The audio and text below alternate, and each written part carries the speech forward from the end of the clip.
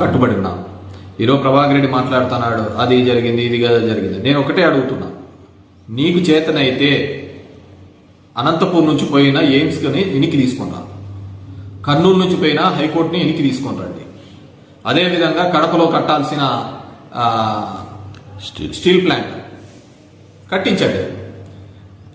నేనుగా చెప్పినది మీకు ఏదన్నా కానీ ఉంటే గన, నిజంగా ఉంటే గన ప్రభాకర్ రెడ్డి పోయి రేవంత్ని అడుగు. రేవంత్ ఒక ముఖ్యమంత్రి స్థాయిలో ఉండి తెలంగాణ అసెంబ్లీలో మాట్లాడిన మాటలు, నేను చంద్రబాబుతో 4 గోడల మధ్య మాట్లాడి దీన్ని ఆపినాను అని.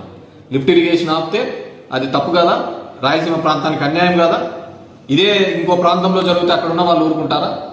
లేకుంటే నువ్వు అమరావతి ప్రాంతంలో జరుగుతోంది, అక్కడ అందరూ ఏకం కాలేదా? 29 గ్రామ ప్రజలు మొత్తం అంతా ఏదో ఇది జరిగిపోతుందని ఈరోజు చంద్రబాబు నాయుడు రోజు పోతున్నాడు, అమరావతిని క్యాపిటల్ గా ప్రకటించండి అని, అమరావతికి ఇన్ని కోట్లు నిధులు కావాలని చెప్పేసి బ్యాంకుల దగ్గర పోతున్నాడు. ఎందుకు? ఎన్విరాన్మెంటల్ క్లియరెన్స్ చేపించే బాధ్యత ఆయనకు లేదా? రాయలసీమ ప్రాజెక్టులు స్టార్ట్ చేయించాలని బాధ్యత లేదా? ఆయనే నిన్న మీటింగ్ లో మాట్లాడినాడు. ఏం మాట్లాడినాడు? అంతా కలిస్తే 20 టీఎంసీలు కంటే ఎక్కువ పోదు, దానికి ఏందంత పెద్దగా రాద్ధాంతం చేస్తున్నారని చంద్రబాబు నిన్న ప్రెస్ మీట్ లో మాట్లాడినాడు. అదే పక్కన లోకేష్ ఏం మాట్లాడినాడు? లోకేష్ ఏం మాట్లాడినంటే ఒక్క టీఎంసీ కోసం యుద్ధాలు కూడా జరిగినాయని చెప్పేసి. మరి వాళ్ళే మాట్లాడుతున్నారు కదా. మీరు కేవలం పార్టీలలో మంచిగా కనపడాలని కాదు, ఈ ప్రాంతంలో ఖచ్చితంగా అన్యాయం జరుగుతుందనేదే నేను చెప్తున్నాను.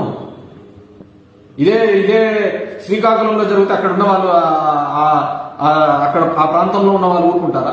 విజయనగరంలో జరుగుతుంటే ఊరుకుంటారా? లేకుంటే గోదావరి జిల్లాలో జరుగుతుంటే ఆ ప్రాంతానికి అందరూ కలిసి మాట్లాడతారా లేదా? మనకేమేంటి? నేను అనేది కరెక్టే. కేవలం సీమ పౌరుషం అని చెప్పి ఉప్పు కారంలో చూపిస్తాను. ఫైల్స్ నాకు వచ్చినాయి, వాళ్ళకి వచ్చినాయి, ఎవరికి వచ్చినాయి వారికి బాధ. నేను ఎందుకన్నాను? దానికి కనపడుతుంది తప్ప పౌరుషము, ఇంకా మిగతా దానికి ఏది కనపడుతుంది? నాకు జరిగే నష్టం కాదు, భవిష్యత్తు తరాల వాళ్ళకి జరిగే నష్టం ఇది. ఈ ప్రాంతం నుంచి మాట్లాడుకోకపోతే అదే ఇబ్బంది. నువ్వు కాకుండా మీ అన్నగానే ఉండినా కానీ యాక్టివ్గా పాలిటిక్స్ లో ఉన్న ఖచ్చితంగా దీని గురించి నోరెత్తి మాట్లాడేవాడు.